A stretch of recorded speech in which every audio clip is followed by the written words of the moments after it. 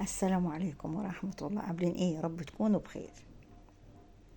اللي بيته من جزاز ما يحدفش الناس بالطوب، واللي يقول لمراته يا عورة يلعبوا بيها الكورة، واللي يقول لها يا هانم يستنوها على السلالم. الأمثلة دي صح؟ أيوة صح. هتهين مراتك هتتهان،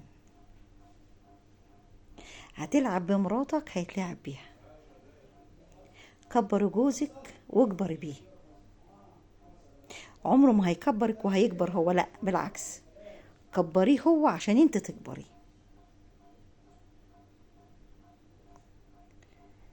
واللي عنده عيوب ما يعيرش الناس بعيوبها. قبل ما نبص لعيب الناس نبص لعيبنا. فاهمين؟